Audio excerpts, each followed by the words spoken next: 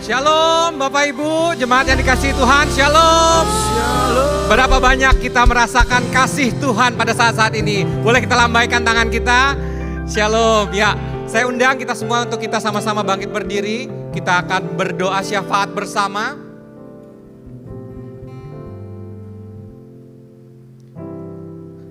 Kami mengucap syukur Tuhan untuk kebaikan Tuhan. Kami rindu memuji dan memuliakan Engkau Tuhan. Kami rindu Tuhan Engkau melawat jemaat-Mu ini Tuhan. Pribadi lepas pribadi Tuhan. Kami bersyukur, berterima kasih untuk kebaikan Tuhan. Buat pribadi kami, buat keluarga kami, buat pekerjaan kami, bisnis kami, buat gereja kami, bahkan buat bangsa kami Indonesia. Tuhan, kami mau berdiri buat bangsa kami Indonesia. Kami rindu Tuhan, ada hujan pertobatan pada bangsa kami Indonesia. Dari Sabang sampai Merauke, biarlah setiap lutut akan bertelut dan setiap lidah akan mengaku bahwa Yesus Kristus adalah satu-satunya Tuhan dan Juru Selamat kami. Kami percaya Tuhan, Indonesia aman dalam perlindungan Tuhan. Kami juga mau berdoa Tuhan, buat pemimpin bangsa kami, Pak Prabowo dan Pak Gibran, seluruh jajaran Kabinet Menteri Merah Putih, pimpinan dari tingkat pusat sampai daerah. Tuhan, kiranya takut akan Tuhan turun pada pemimpin bangsa kami. Kiranya hikmat Tuhan turun pada pemimpin bangsa kami. Sehingga setiap kebijakan yang diambil benar-benar mengutamakan kepentingan bangsa dan negara di atas kepentingan pribadi dan golongan. Tuhan, di tengah-tengah goncangan ekonomi dan geopolitik dunia, kami percaya Indonesia tetap aman, Indonesia tetap stabil, ada stabilitas nilai rupiah, IHSG yang semakin membaik, distribusi dan harga BBM yang stabil, dan inflasi yang terkendali. Kami percaya Tuhan, Engkau Allah Maha Adil, Engkau akan menegakkan keadilan pada bangsa kami, Engkau akan membongkar setiap kasus korupsi. Biarlah Indonesia akan tetap maju Tuhan, menuju Indonesia emas. Kami bersyukur Tuhan, kami berdoa untuk para gembala kami Tuhan, baik itu Pak Niko dan Dr. Yanto terkasih kami Tuhan. Engkaulah pelindung dan perisai buat pemimpin kami Tuhan. Berkati kesehatan Tuhan, pelayanan dan keluarga hamba-Mu ini Tuhan. Biarlah mereka menjadi the messenger of the third Pentecost, pembawa api Pentakosta ketiga dari Indonesia sampai ke bangsa-bangsa. Berkati kedua hamba-Mu ini Tuhan, untuk terus bergerak, memenangkan jiwa dan menyelesaikan amanat agung-Mu. Kami juga mau berdoa Tuhan, buat generasi Yeremia, generasi penerus kami Tuhan. Mari generasi Yeremia, angkat tanganmu di hadapan Tuhan. Bapak Ibu, mari arahkan hatimu kepada anak-anak kita. Generasi Yeremia, engkau adalah generasi penerus, generasi yang Tuhan janjikan untuk menuai jiwa-jiwa. Biarlah generasi ini Tuhan, generasi yang hidupnya kudus dan berkenan kepadamu. Melalui generasi ini Tuhan, akan terjadi banyak penuaian jiwa. Generasi ini akan mengalami terobosan, menjadi kepala bukan ekor, terus naik dan tidak pernah turun. Inilah doa dan pengharapan kami Tuhan. Terima kasih Tuhan Yesus, kami mau serahkan ibadah Raya 3 ini ke dalam tangan-Mu. Mari yang percaya, di dalam nama Tuhan Yesus Kristus, sama-sama kita katakan, amin. Puji nama Tuhan, shalom. Jemaat Tuhan, shalom. Kita punya Tuhan yang luar biasa dahsyat, amin. Saya yakin dan percaya bahwa setiap kita pada hari ini mau memuji dan meninggikan namanya. Yang siap katakan amin.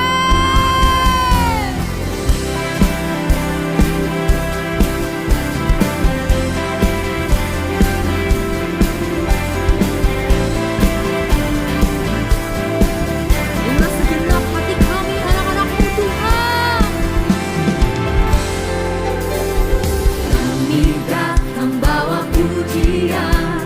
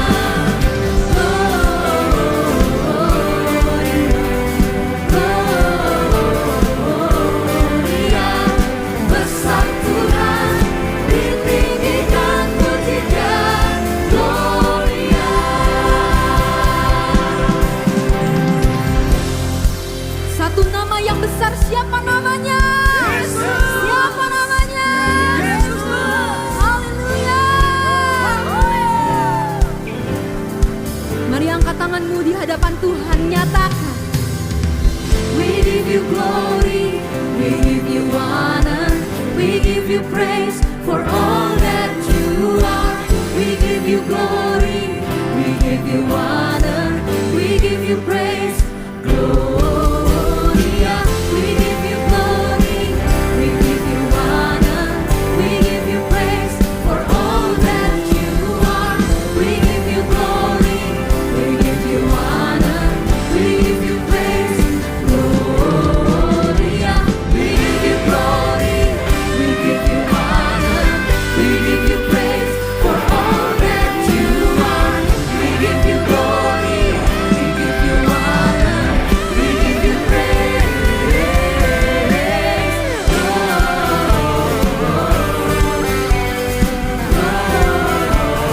Jemaat Tuhan bisa berdua lagi, come on. Ditinggikan di atas segalanya.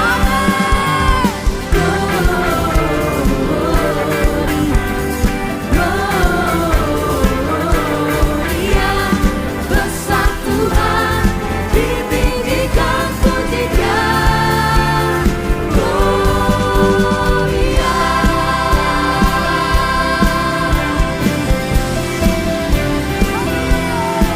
Haleluya.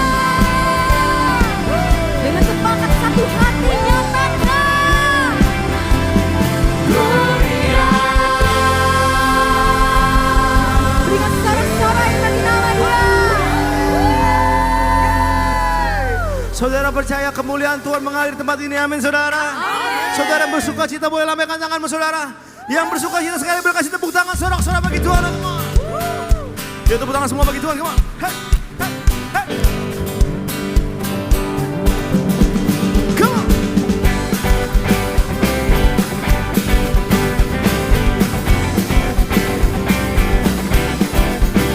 Sebab kami bersuka atas perbuatanmu dalam setiap hidup kami Tuhan.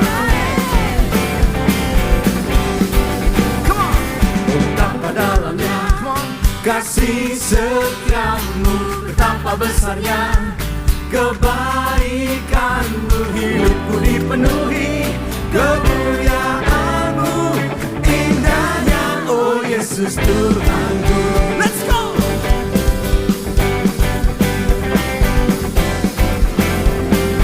One, two, three.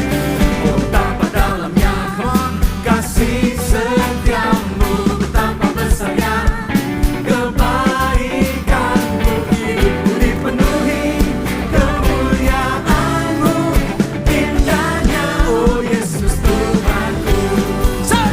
Sempurnalah kehidupanku, sejak kau hadir dalam hatiku. Kau perhatikanku setiap waktu, oh sungguh indahnya Yesus Tuhanku.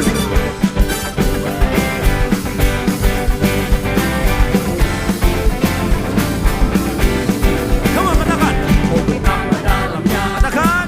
kasih setiamu, betapa besarnya kebaikanmu. Hidupku dipenuhi kemuliaanmu, indahnya oh Yesus Tuhanku. Sempurnalah kehidupanku, sejak kau hadir dalam hatiku. Kau perhatikanku setiap waktu, oh sungguh indahnya Yesus. Come on, musik puji Tuhan. Come on.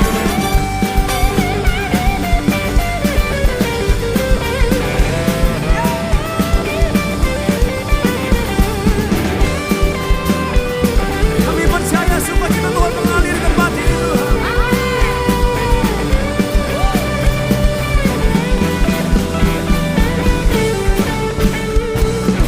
Sempurnalah kehidupan, Come on, katakan. sejak kau hadir dalam hatiku. Kau perhatikanku setiap waktu. Saudara, saya percaya hari ini kasih Tuhan sempurna dalam setiap kehidupan kita, amin saudara. Bolehkah saudara, orang yang bersuka cita boleh kanan kirinya kasih senyum terbaik, katakan Tuhan kita keren banget, katakan come on. Saya mau lihat semuanya Umat Tuhan, boleh tepuk tangan semua, come on. Hey, come on, clap your hands, come on. Saya mau dengar suara yang terbaik umat-umat Tuhan. 1, 2, 3, say come on. Sempurnalah, come on. Sejak kau hadir, engkau perhatikanku. Oh, sekali lagi ya, sambil tepuk tangan atas kepala semua. Katakan sempurnakan, come on. Sempurnalah, hey. Sejak kau hadir, amin.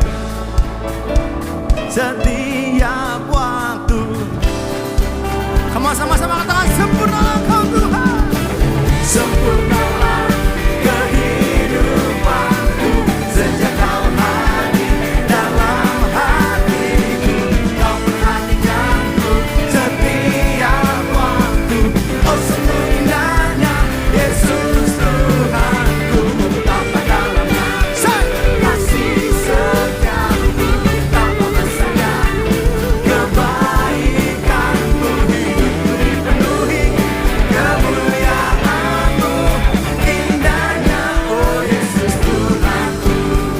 Hidupku dipenuhi kemuliaanmu, indahnya oh Yesus Tuhanku. Hidupku dipenuhi kemuliaanmu. Sekali yang percaya boleh kasih tepuk tangan dan satu Tuhan kita, nggak saudara? Yang sepakat katakan yes. Are you ready? Are you ready? Indahnya oh Yesus Tuhanku.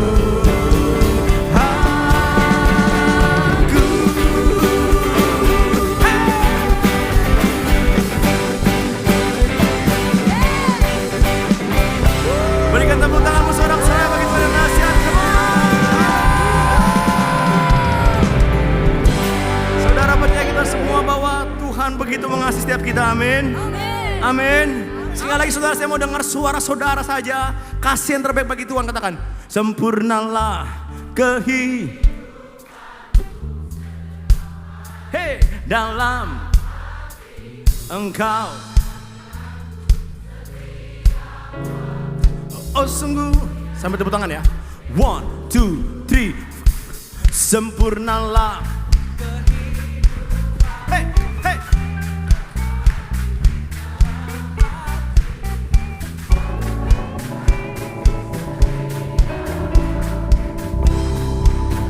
Siap, 1, 2, 3, sempurnalah. Sempurnalah kehidupanku. Sejak kau hadir dalam hatiku, kau perhatikanku setiap waktu. Oh sungguh indahnya Yesus Tuhanku. Oh betapa dalamnya kasih setiamu, betapa besarnya kebaikanmu. Hidupku dipenuhi kemuliaanmu, indahnya oh Yesus Tuhanku. Hidupku dipenuhi kemuliaanmu, indahnya oh Yesus Tuhanku. Hidupku dipenuhi kemuliaanmu.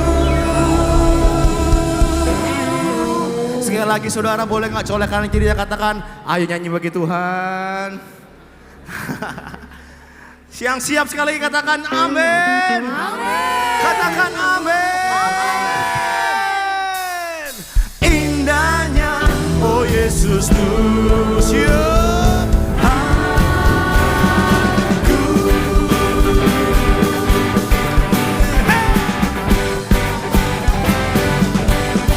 Berikan tepuk tanganmu sorak-sorai bagi Tuhan yang dahsyat. Sebab kami percaya Tuhan, sungguh indah bersama dengan Engkau Tuhan Yesus. Kami mengucap syukur dalam setiap musim kehidupan kami. Ada Tuhan bersama dengan setiap kehidupan kami Tuhan. Terima kasih Bapak, terima kasih Tuhan Yesus.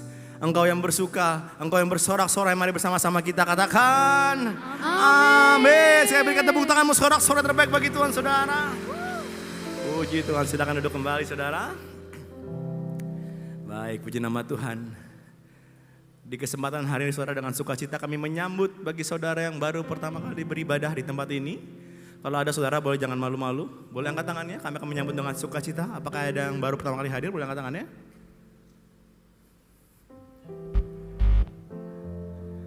Oke.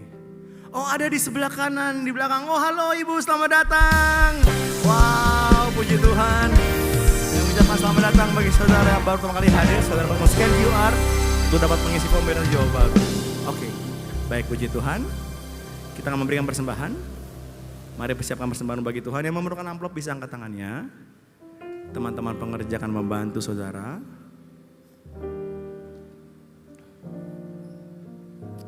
Baik, saudara juga dapat memberikan persembahan dengan cara men-scan kris yang ada di depan layar ataupun di depan kursi. Pastikan penerima adalah kolektor GBPRJ. Sambil dipersiapkan persembahannya saudara, sedikit informasi bahwa bagi saudara yang membutuhkan dukungan doa, di depan sudah ada counter doa, saudara dapat mengunjungi counter doa untuk dapat disupport dukung doa oleh pendoa-pendoa yang ada. Baik, puji Tuhan. Baik, kalau sudah dipersiapkan persembahannya, sekali lagi saudara dengan hormat, saya mengundang kita semua, mari sama-sama kita berdiri. Kita akan berdiri untuk deklarasi dengan iman doa persembahan kita hari ini kepada Tuhan. Mari kita bawa ucapan syukur kita dalam doa, mari kita berdoa. Bapa, kami ucap syukur untuk semua berkat-Mu Tuhan. Ini setiap kami membawa persembahan sebagai wujud syukur kami percaya dengan iman, kami menerima kesehatan, keluarga, bisnis, pekerjaan, dan kuliah terbaik. Ini adalah waktu memberikan persembahan. Di dalam nama Tuhan Yesus bersama-sama kita katakan amin. Selamat memberikan persembahan terus memberkati kita semua. Silakan duduk kembali, multimedia kami persilakan.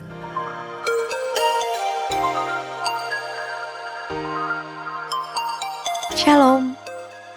Berikut kami sampaikan beberapa pengumuman ibadah raya hari Minggu 19 Juli 2026 pukul 7, 9 dan 11.30 waktu Indonesia Barat dilayani oleh Pendeta Rubin Ong. Pukul 16.30 waktu Indonesia Barat dilayani oleh Pendeta Johan Lomendong. PRJ Mandarin Service pukul 9 waktu Indonesia Barat dilayani oleh Pendeta Willy Santoso. Ibadah raya disertai dengan ibadah King's Kid, ibadah anak berkebutuhan khusus, Little Blessing Toddler,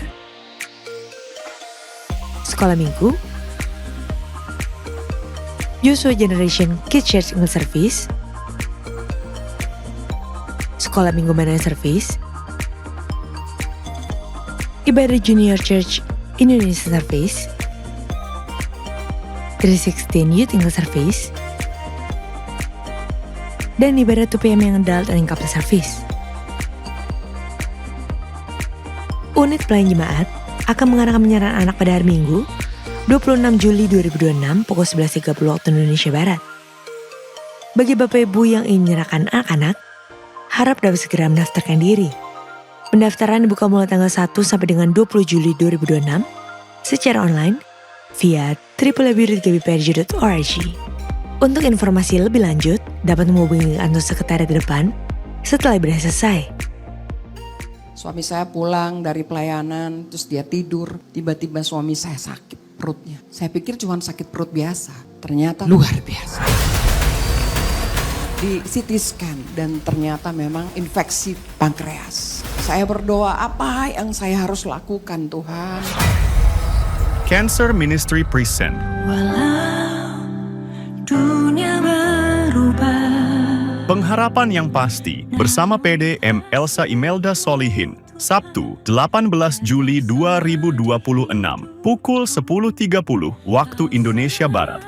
Bertempat di Integrity Convention Center, Safir Room, Mall MGK, lantai 9, Kemayoran, Jakarta Pusat. Di hari ini saudara saya mau bilang, pengharapan itu tetap ada walaupun di dalam kegelapan. Satu-satunya pengharapanku.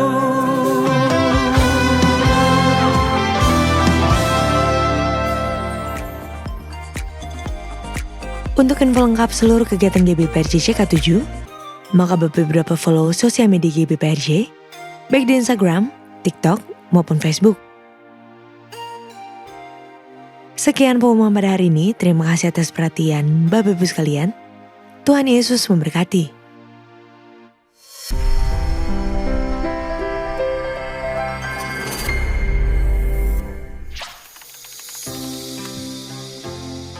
Di King Kids kami percaya bahwa setiap anak-anak itu berharga di mata Tuhan. Tidak hanya anak-anaknya saja tetapi juga orang tua, papa, mama, opa, oma, dan juga pengasuh yang mendampingi mereka setiap harinya. Di King Kids kami belajar melihat setiap orang dengan kasih yang sama seperti Tuhan melihat mereka. Jujur ya, kalau pakai kekuatan sendiri, pelayanan ini itu pasti susah jalan. Soalnya banyak kakak-kakak yang awalnya itu nggak pede kalau mereka itu bisa melayani di ibadah berkebutuhan khusus. Dari sisi orang tua, mereka juga awalnya khawatir kalau bawa anaknya ke gereja, nanti malah ngerepotin orang lain. Tapi puji Tuhan, perlahan semuanya diubah. Sekarang makin banyak anak muda yang hatinya digerakkan untuk melayani di sini. Orang tua juga makin setia bawa anak mereka untuk beribadah di sini. Puji Tuhan, semakin banyak anak-anak yang rutin beribadah di King Kids sampai kami harus membuka 2 kelas ibadah. Ada kelas kecil untuk anak di bawah 12 tahun dan kelas besar. Di kelas kecil kita lebih banyak belajar firman Tuhan lewat interaksi dan aktivitas. Kami berusaha one-on-one di kelas kecil. Kami percaya itu bisa menjadi fondasi yang baik untuk pertumbuhan iman mereka sejak dini. Bukan cuma hubungan antara anak-anaknya doang kok, tapi hubungan antara orang tua King Kids juga makin erat. Sekarang, full orang tua King Kids sudah ada pertemuannya setiap bulannya loh. Ada juga seminar dan gathering supaya orang tua lebih dikuatkan lagi. Karena kami melihat Tuhan bekerja dengan nyata. Kami melihat anak-anak bertumbuh secara rohani. Kami melihat keluarga-keluarga dikuatkan. Dan kami juga bertumbuh. Melihat semua ini, kami sangat bersyukur bisa melihat pekerjaan Tuhan yang nyata di King Kids seperti dalam firman Tuhan, ladang yang sudah menguning dan siap dituai. Bagi kami, King Kids ini adalah ladang di mana kita bisa menyatakan kasih Tuhan ke anak-anak yang berharga dan keluarga yang butuh dukungan. Kalau Bapak Ibu atau teman-teman ada yang tergerak hatinya untuk ikut melayani, kami bakal senang banget loh untuk menyambut kalian. Dan kalau ada kerabat atau kenalan yang punya anak berkebutuhan khusus, ajak join juga ya di ibadah King's Kids. Nah, buat kalian nih, para generasi Yeremia atau anak-anak muda, yuk sini join gabung pelayanan sama kita di King Kids. Pertamanya kita semua juga bingung sih, tapi kita gas aja dulu, kita melangkah dengan iman. Akhirnya kita semua sukacita dan diberkati. Ayo semuanya ikut pelayanan King Kids. Sampai ketemu di King Kids ya.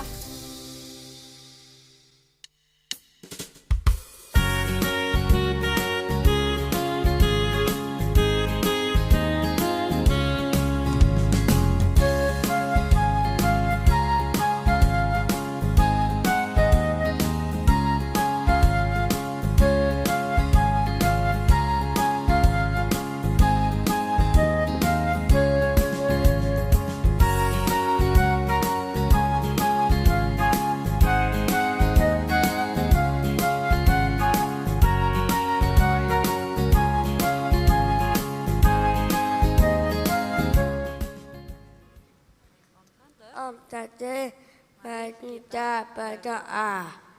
Tuhan Yesus, terima untuk kuasa dan kasih Yesus saya anak-anak berkati pelayanan supaya berbentuk banyak orang. Amin.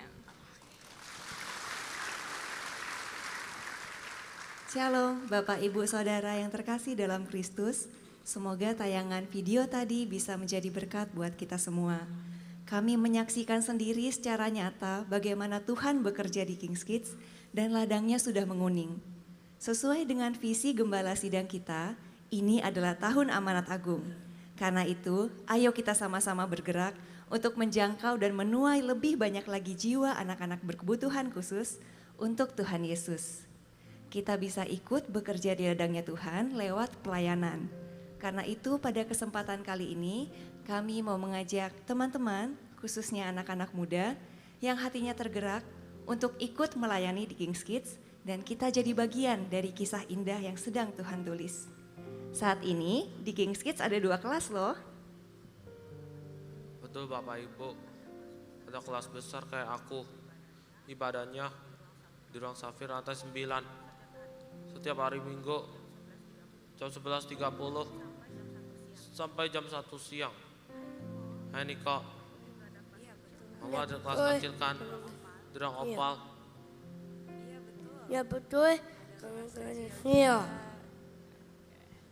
Bagi Bapak Ibu yang hatinya tergerak untuk melayani atau punya kenalan, kerabat yang bisa diberkati melalui pelayanan kami, silahkan langsung datang ke ibadah kami setiap hari Minggu atau bisa menghubungi nomor di layar di depan. Teteh, tunggu aku ya. Selamat hari Minggu. Selamat hari Minggu, Tuhan berkati.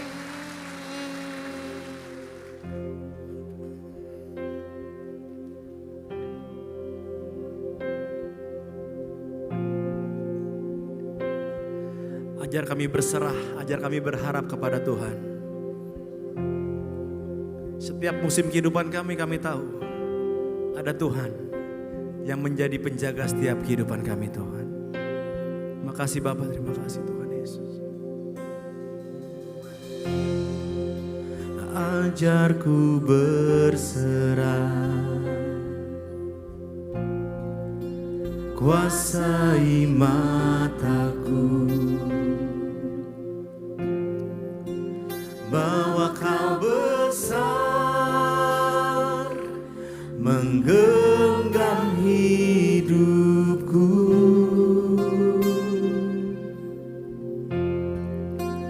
Walau ku berjalan di lembah yang gelap, tenang jiwaku, sebab Kau besertaku.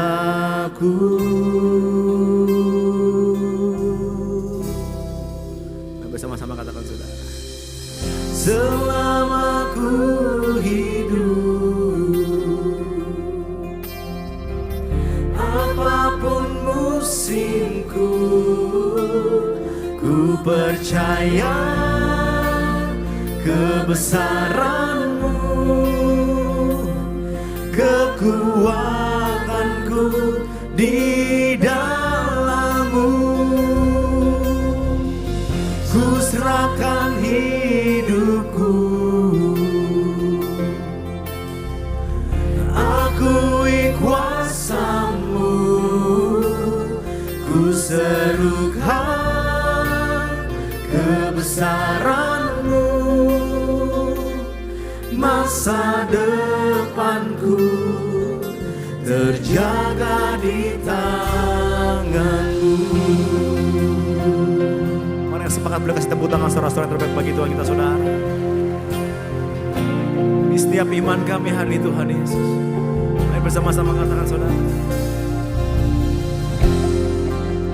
Walau ku berjalan di lembah yang gelap, tenang jiwaku, sebab Kau besertaku. Bersama-sama dengan iman katakan saudara. Selama ku hidup, apapun musimku, ku percaya kebesaran-Mu, kekuatanku di dalam-Mu. Amin. Ku serahkan hidupku, akui kuasa-Mu, ku serukan kebesaran-Mu, masa depanku terjaga di tangan-Mu.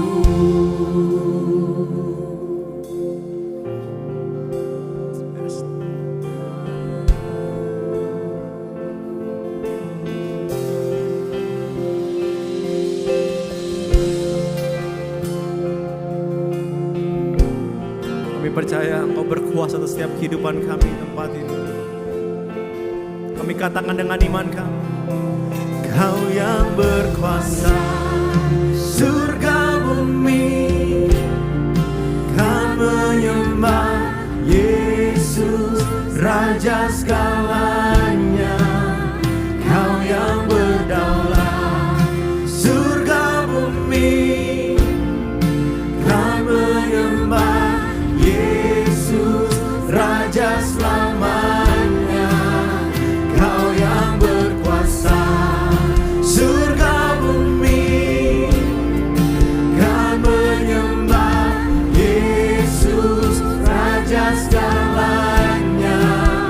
Kau yang berdaulat, surga bumi kan menyembah Yesus, Raja selamanya. Kau yang berkuasa, Kau yang berkuasa, surga bumi kan menyembah Yesus, Raja segalanya.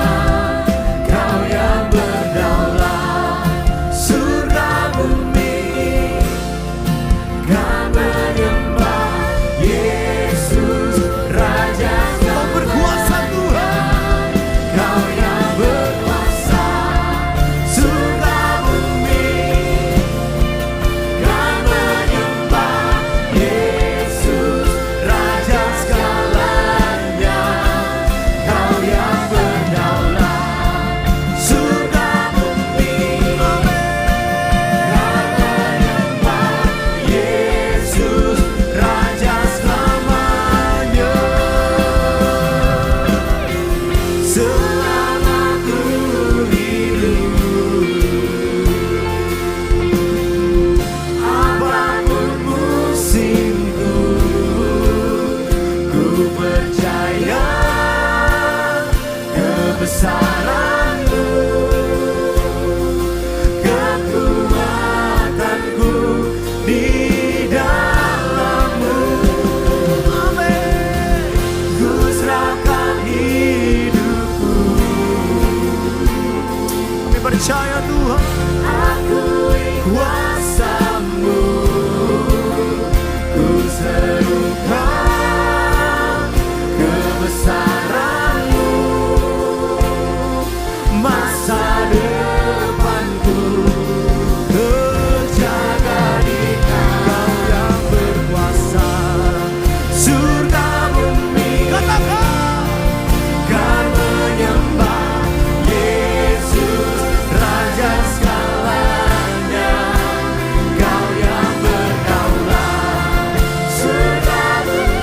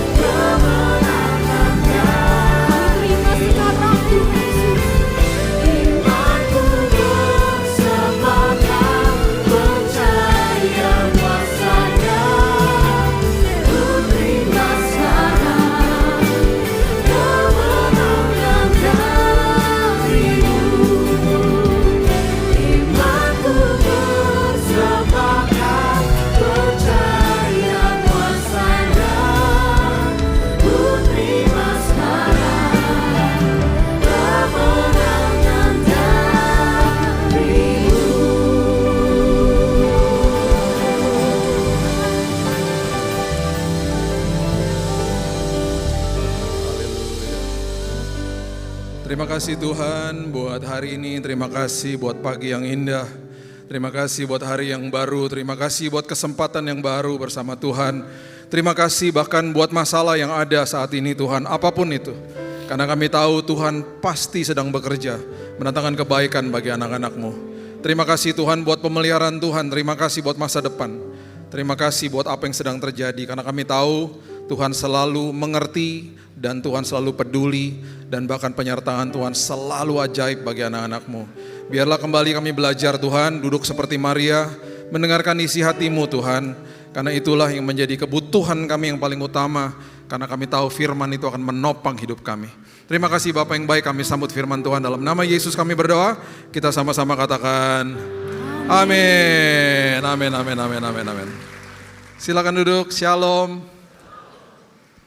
Ada fansnya Inggris? Ada? Nggak ada? Oh ada ya, oke. Udah ya, beres ya. Fansnya Argentina? Ada, boleh angkat tangan? Oke, sekarang saya minta Bapak Ibu tepuk tangan buat fansnya Argentina.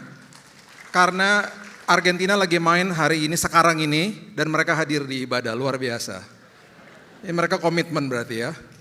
Oke, jangan lihat HP-nya ya. Dari saya aja nih, saya kasih nomor, udah satu sama ya, Argentina, oke? Satu sama. Jangan lihat HP, dengerin firman, nanti abis firman saya update lagi ya, oke? Fans Argentina hebat. Udah menit 87 ya, oke. Satu sama. Swiss dapat kartu merah satu udah. Oke. Oke, hari ini seperti fans Argentina datang ke sini, mereka komitmen, kita belajar komitmen ya.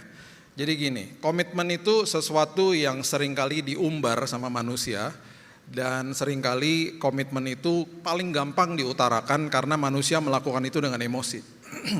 Makanya di semua hubungan di awal, baik itu hubungan pekerjaan, pernikahan, pelayanan, apapun itu, biasanya di awal itu umbaran sebuah komitmen itu hebat lah. Karena ada faktor kasih mula-mula, ada faktor yang namanya datang kepada Tuhan juga gitu, faktor yang namanya emosi sedang berapi-api gitu ya. Jadi kalau cek sama orang-orang HRD biasanya paling banyak tuh calon-calon pengerja tuh selalu katakan saya berjanji saya akan berikan yang terbaik. Biasanya itu yang diutarakan lah di awal. Nah nanti ketika nanti ada tekanan dan lain sebagainya, yang terjadi adalah biasanya sebaliknya. Karena banyak orang akan lupa sama apa yang dia katakan, dia lupa sama komitmennya, bahkan kemudian tekanan demi tekanan ketika akhirnya tidak menjawab kebutuhannya dia mulai luntur lah komitmen itu. Karena biasanya orang-orang seperti ini melakukan semuanya dengan upaya dan usahanya sendiri. Dan itu sebabnya kita perlu mengerti alur daripada ini semuanya, dan sudah saya katakan berkali-kali, hubungan vertikal kalau dimulai dari titik memberi, pasti kita akan burn out. Dan Alkitab tidak pernah ngajarin bahwa hubungan sama Tuhan itu dimulai dari titik memberi, nggak pernah. Bahkan yang memuaskan hati Tuhan di kitab Yesaya ditulis dan banyak kitab-kitab yang lain. Nanti satu hari kita belajar arti daripada proskuneo, arti daripada arti penyembahan. Apa sih yang menyukakan hati Tuhan? Justru ketika kita duduk seperti Maria, terima dari Tuhan terlebih dahulu. Ketika itu kita sadari dan kita lakukan menjadi postur hati dan pikiran kita tiap hari, kita belajar terima dari Dia, itu lambat laun akan mengalir dengan sendirinya karena kehidupan yang berkelimpahan yang diberikan sama Dia di dalam sini, lambat laun akan overflow. Lambat laun komitmen yang kita berikan udah menjadi sesuatu yang default, nggak usah kita pakai usaha lagi, nggak usah pakai lagi namanya sebuah keharusan lagi, udah jadi gaya hidup akhirnya. Nah itu sebabnya orang-orang seperti begini akhirnya lambat laun mengerti bahwa iya ya, komitmen itu nggak bisa pakai usaha saya. Saat teduh pagi hari deh, tadi pagi waktu saya bangun. Saya ini kalau di Piala Dunia kalau ditanya tim apa paling suka, saya sukanya Italia. Cuman Italia udah 3 kali nggak masuk ya. Jadi ya udahlah. Saya juga suka Inggris gitu. Cuman 2 itu yang saya suka dari dulu. Tadi pagi kan Inggris main. Saya bangun pagi-pagi sebelum ibadah tadi jam 7. Kan saya tahu di dalam pikiran saya Inggris lagi main nih. Apakah terganggu untuk lihat cek skor dulu sebelum saat teduh? Ya iyalah, manusia juga. Tapi kan udah ke default di dalam sini. Saya udah kasih tahu sama diri saya, bangun pagi notifikasi HP juga udah pada mati semuanya. Kalau sampai saya buka saat teduh di HP saya nggak mau terganggu sama yang lain. Dan itu kan perlu latihan diri, perlu komitmen. Terganggu nggak, mikirin nggak, lagi saat teduh, ya iyalah manusia berapa ya skornya ya. Kan udah lagi main tuh tadi pagi. Tapi ya udah saya saat teduh dulu, beresin dulu. Saya nggak mau cepet-cepet bilang Tuhan ini penting soalnya. Bangun pagi fondasi hidup kan itu, firman itu. Jadi kemudian belajar dulu, saat teduh dulu, beres dulu, berdoa dulu, baru buka skornya. Dan itu ketika kita lakukan itu, kalau kita akhirnya sadar bahwa kita lakukan adalah terima dulu dari Tuhan, udah beres, udah ngalir dengan sendirinya. Makanya Yohanes 15 ayat 9 tuh bilang begini. Yohanes 15 ayat 9. Seperti Bapa telah mengasihi aku, demikianlah juga aku telah mengasihi kamu. Perhatikan ini, tinggallah di dalam kasihku. Tinggallah di dalam kasihku. Ini pernah saya bahas dalam konteks yang berbeda juga. Tinggallah di dalam kasihku. Ayat 10, jikalau kamu menuruti perintahku, kamu akan tinggal dalam kasihku. Bayangin ya, sampai tinggal di dalam kasihnya tuh seperti seorang bapak megangin pundak anaknya bilang gini, nak, lihat muka bapak. Bapak tuh sayang banget sama kamu. Kamu sadar gak sih? Kamu terima dong kasihku. Saking hebatnya kasih Tuhan, saking luar biasanya yang Tuhan berikan di kayu salib, terlalu mahal harganya, terlalu hebat semua yang diberikan itu. Sering kali kita sebagai manusia, kita bilang gini, gak mungkin lah itu buat saya, terlalu bagus, terlalu indah. Masa segratis itu diberikan buat saya gitu loh. Gak mungkin lah itu buat orang lain lah. Kita merasa terus gak layak, kita merasa terus kotor, karena kita terus dibohongin sama iblis. Dan itu sebabnya akhirnya kita bilang, enggak lah, saya harus tetap pakai usaha saya. Saya harus pakai upaya saya supaya saya dilayakkan Tuhan. Roma ya, kitab Roma. Kalau Bapak Ibu belajar kitab Roma, itu vulgar udah. Bahkan kalau lihat Roma 1-4, itu diulang-ulang sama Paulus. Gak bisa pakai usaha. Kamu tuh terima kebaikan Tuhan pakai iman. Hanya iman yang menyelamatkanmu, gak bisa pakai usaha. Satu-satunya hubungan dengan Tuhan yang dimulai dari titik menerima hanya kepada Yesus. Tuhan turun dari tahtanya. Makanya saya katakan berkali-kali kan, semua agama termasuk agama Kristen. Agama adalah kepercayaan yang dilembagakan. Semua agama memulai sesuatu kepada Tuhannya dari titik memberi. Makanya tata ibadah, semua ritual-ritual dilakukan, dibentuk untuk supaya berharap Tuhan suka sama ibadah itu dan menjawab kebutuhan manusianya. Itu agama lah. Dan tanpa kita sadari masuk ke dalam ranah agama Kristen. Jadi kan saya selalu ingatkan jemaat kan, hormati agama, hormati sinode, hormati denominasi, kejar Yesusnya. Kejar isi hatinya, belajar terima dari dia. Makanya sampai-sampai firman Tuhan Yohanes 15 ayat 10, ini perintah loh. Perintahnya apa? Tinggal dalam kasihku. Perintahnya gini, terima dari saya. Bukan disuruh kasih, terima. Makanya dia bilang sama Marta, ngapain kamu ribet-ribet pelayanan? Orang agamawi akan bilang, ya iyalah harus pelayanan. Betul. Mulainya salah. Mulainya duduk dulu, hanya satu saja yang perlu, itu Yesus katakan kepada Marta. Maria telah memilih bagian yang terbaik, gak ada yang lebih baik daripada itu. Yang tidak akan bisa diambil daripadanya, 3 hal dia katakan. Hanya satu saja yang perlu, dimulai sama itu. Apa? Duduk di kaki saya. Terima dulu dari saya, limpah di dalam sini. Baru kamu bisa melakukan dengan gaya hidupmu. Gak usah dipaksa lagi. Karena udah berkelimpahan, overflow. Makanya hubungan dengan dia selalu bilang ini, tinggal, stay in my love, gitu loh. Seperti aku menuruti perintah Bapakku dan tinggal dalam kasihnya. Semuanya itu, ayat 11. Kukatakan kepadamu, supaya, nah ini dia, buah yang pertama kalau tinggal di dalam kasih Tuhan, catat ini baik-baik. Buah roh yang pertama keluar ketika tinggal di dalam kasihnya adalah sukacitaku ada di dalam kamu dan sukacitamu menjadi penuh. Orang yang bersukacita, yang di dalamnya berkelimpahan dengan sukacita, nggak usah dipaksa untuk komitmen. Komitmen tuh nggak mudah soalnya. Komitmen itu bukan sesuatu yang bisa cuman dirasakan atau dilakukan ketika masa enak-enak aja. Nggak ada kayak begitu. Komitmen akan diuji soalnya. Tapi orang yang dipenuhi dengan sukacita di dalam sini, karena dia udah terima dari Tuhan, dia akan lakukan itu secara default, udah gaya hidup akhirnya. Makanya buah yang pertama ditumbuhkan karena tinggal di dalam kasihnya, sukacitaku menjadi sukacitamu, sukacitamu jadi penuh. Nah, ketika sukacitamu jadi penuh, perhatikan ini. Ini langsung masuk ke ayat 12, ini berbicara soal horizontal. Komitmen kepada horizontalnya beres, dikatakan begini, inilah perintahku supaya kamu saling mengasihi.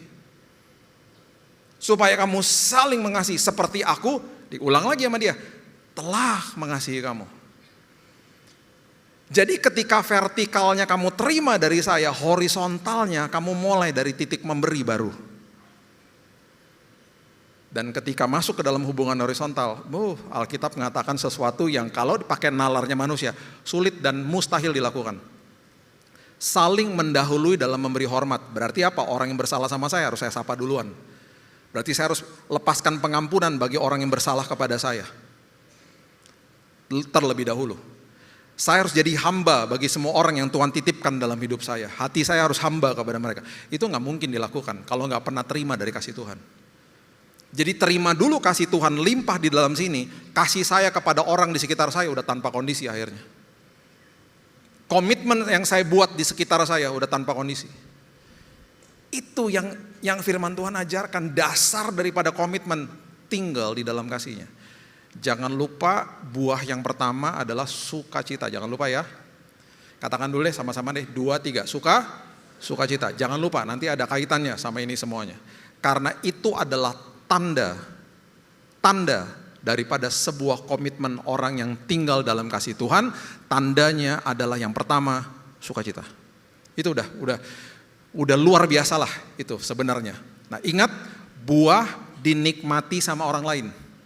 Buah dari sebuah pohon gak dinikmati sama pohonnya, dinikmati sama orang lain biasanya. Oke. Nah, kalau kita udah mengerti ini, kita akan mengerti kisah-kisah di Alkitab.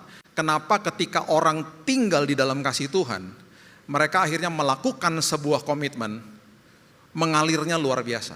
Ada 3 anak muda, namanya Sadrak, Mesak, dan Abednego. Mereka adalah orang-orang yang dibuang dari Yerusalem. Yerusalem diserang sama kerajaan Babel. Raja Nebukadnezar datang ke sana. Waktu saat diserang itu ada bait Allah didirikan nama Salomo. Bait Allah itu dahsyat, luar biasa, sakral bagi mereka. Dihancurin. Mereka sedih, mereka nangis. Dan anak-anak muda yang berpengalaman, yang hebat dan berperawakan yang baik dan bagus dan ganteng dibawa semuanya ke Babel. Makanya di situ kita kenal kisah-kisah seperti Daniel, Sadrak, Mesak, Abednego. Mereka dibuang di sana, exile, dibawa ke pengasingan sama penjajahnya, sama yang nyerang kerajaan Babel.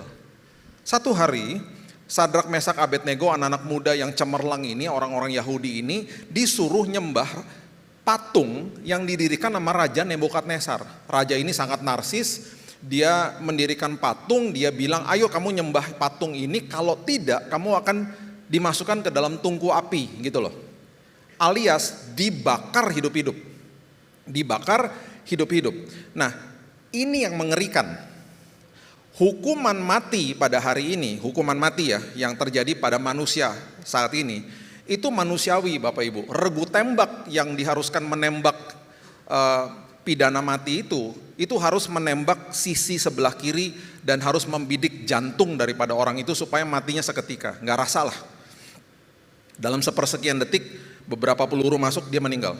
Di Amerika dikenal dengan namanya lethal injection. Itu berarti dia ambil sebuah cairan masuk ke dalam tubuhnya seperti dibius, dia mati dia. Manusiawi sebenarnya. Dibakar hidup-hidup. Itu gak manusiawi.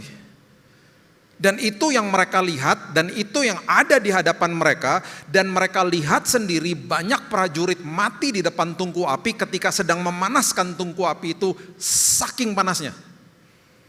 Nah, kita yang sudah besar di sekolah minggu, yang udah kenal cerita ini, kita udah tahu ujung ceritanya. Mereka tidak satupun dari mereka yang jubah mereka terbakar karena ada Tuhan atau malaikat Tuhan bersama dengan mereka mendampingi mereka. Orang keempat ada di dalam tungku api itu menolong mereka. Dan itu jadi kesaksian yang hebat lah bagi kerajaan Babel pada saat itu. Gak ada satupun mereka yang terbakar. Kita udah tahu ujung ceritanya, mereka mana tahu ujung ceritanya. Yang mereka lihat kematian. Makanya cerita ini Sadrak, Mesak, dan Abednego, bukan Sadrak, Mesak, dan Bili. Kalau saya ada di situ, iman saya nggak kuat, ada kemungkinan saya bilang sama mereka, guys, kita nyembah aja lah. Nanti abis kita nyembah, baru kita minta ampun sama Tuhan. Udah beres, gue nggak mau dibakar hidup-hidup. Iman kita kalau nggak seperti mereka akan ngomong begitu. Yang mereka katakan kepada Raja Nebukadnezar. Bagi saya, ini adalah sebuah dasar daripada komitmen. Dan kalau komitmen kita terganggu, bacalah kembali ayat Daniel pasal yang ketiga, coba lihat. Ayat 17 dan 18. Daniel pasal yang ketiga, ayat 17 dan 18. Jika Allah kami, yang kami puja, sanggup melepaskan kami, maka ia akan melepaskan kami dari perapian yang menyala-nyala itu dan dari dalam tanganmu ya Raja. Sanggup gak Tuhan mereka? Jelas sanggup, mereka juga tahu kok.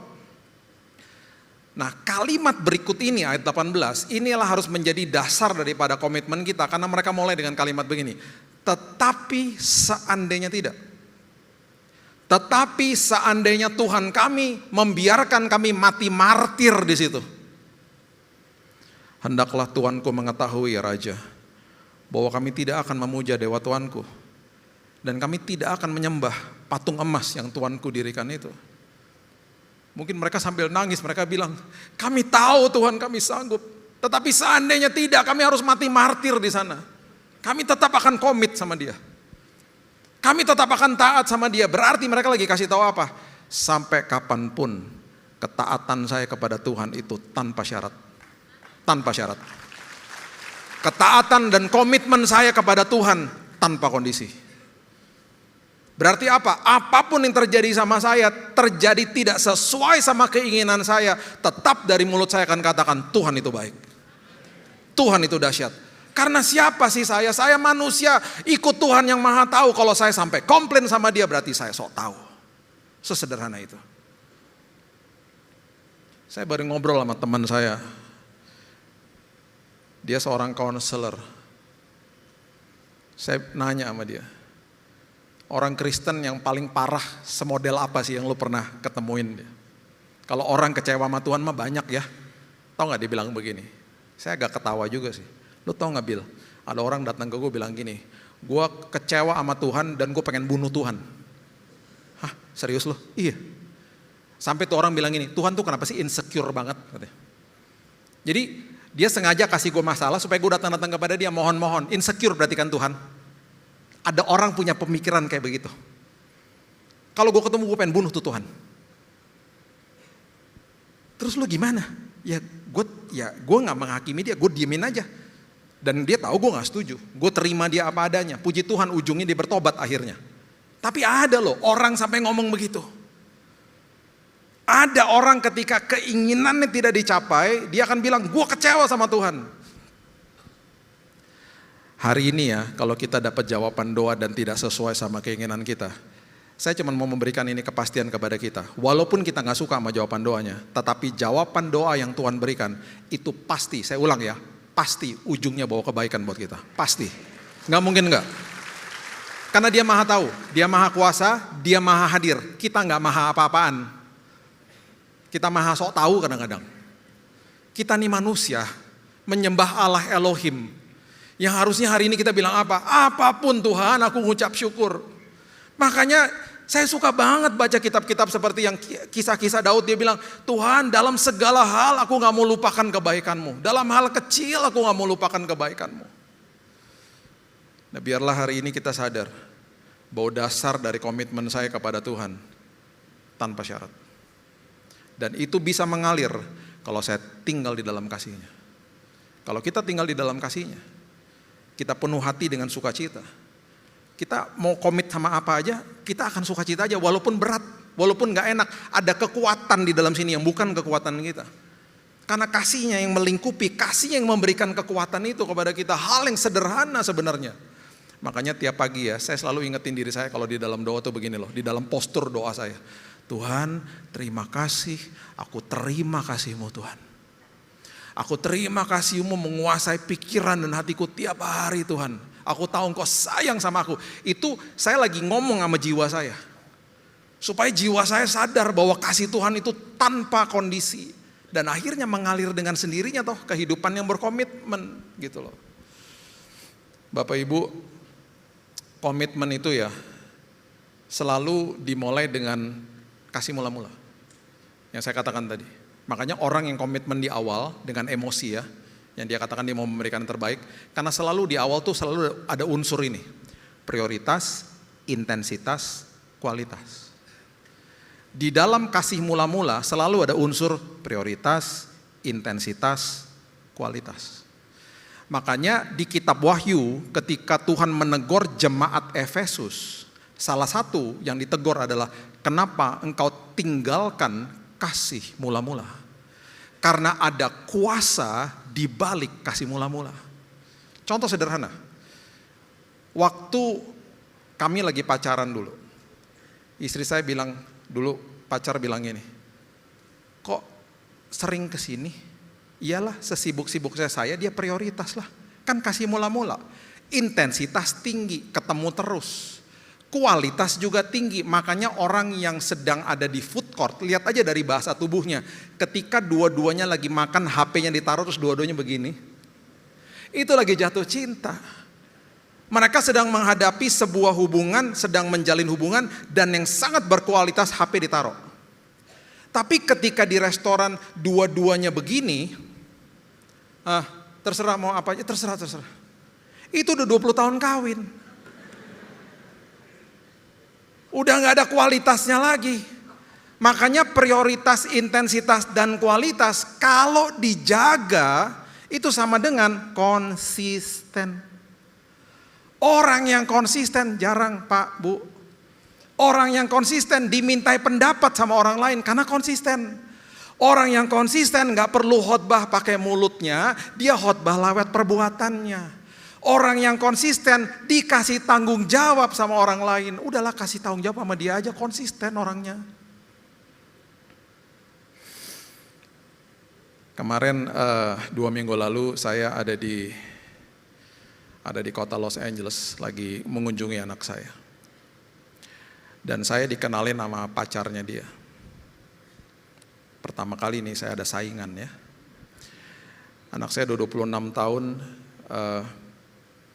pacarnya luar biasa lah bagi saya. I like this guy. Saya tanya sama istri saya, gimana? Vibe-nya oke? Cinta Tuhan gitu. Karena anak saya selalu, dia dulu kalau ada cowok deketin, dia pernah nangis-nangis sama saya berapa tahun yang lalu telepon, Dedi dia gak kayak Dedi, pasti lihat fotonya, iyalah dia ada rambutnya, gue gak ada. Bukanlah Dad, bukan itu maksudnya, dia gak cinta Tuhan gitu. Dia nomor 1 cinta Tuhan lah pokoknya. Ini anak cinta Tuhan. Kemarin kita naik mobilnya dia. Kan kalau di sana setir kiri kan, pacarnya bawa mobilnya, dia di sini, saya di belakang dia, ini istri saya, ini sepupu saya. Kita bertiga soalnya ke sana. Setiap kali sampai ke tujuan, kita keluar dari pintu, anak saya gak keluar. Kak, kamu gak keluar? Enggak Dad, gak boleh sama pacarnya katanya. Maksud loh? Karena dia harus bukain pintu. Jadi pacarnya jalan, harus bukain pintu. Saya lihat-lihatan sama istri saya, hebat juga ya. Terus kita bisik-bisik, sampai kapan nih bertahan begini? Kan kasih mula-mula. Sampai-sampai saya juga teringat sama dulu saya pernah bukain dia pintu. Jadi waktu saya keluar dari pintu saya malu juga, saya tutup lagi. Tunggu. Pas pacarnya bukain pintu anak saya juga bukain pintu istri saya, ayo keluar. Malu juga saya. Pas sampai di Indonesia kemarin, kamu kok gak bukain pintu lagi? Lupa. Kasih mula-mula soalnya. Saya berdoa kalau sampai mereka jadi, pintu akan terus dibukakan ya. Kemarin saya telepon-telepon sama anak saya. Sayang, kalau kamu sampai jadi doa Dedi yang pertama, pintu akan selalu dibukain sama nanti calon suami kamu. Makanya orang yang jatuh cinta sama Tuhan, kasih mula-mulanya juga hebat. Kita ajakin ngopi susah. Bro, Senin ngopi gak bisa, go cool. Yaelah, cool. Selasa gak bisa, cool kedua. Buset, banyak banget coolnya. Rabu gak bisa, ibadah tengah minggu. Kamis gak bisa, cool ketiga. Buset, banyak banget sih. Iya, semua rumah gue datengin, makan gratis. Kurang ajar lu. Jumat gak bisa, sama anak PW. Emang lo jago musik, bisa musik? Gue lagi belajar. Gue haus bro, udah jangan ngajakin gue ngopi. Itu minuman dunia, gue minumnya perjamuan kudus. Sabtu, youth, nggak bisa. Lo kan udah tua, jangan salah. Semua lapisan ibadah gue datengin. Sampai sekolah minggu gue dateng. Haus bro, haus. Minggu, lo kagak tahu PRJ 5 kali ibadah. Udahlah, gue lagi minta sama Pastor JJ untuk supaya gue dapat kunci gereja. Gue mau tinggal di gereja malah. Udah lo jangan ganggu-ganggu gue dah. Orang kayak begini tungguin aja 6 bulan. Tanya lagi, bisa ngopi gak? Ya bisa lah.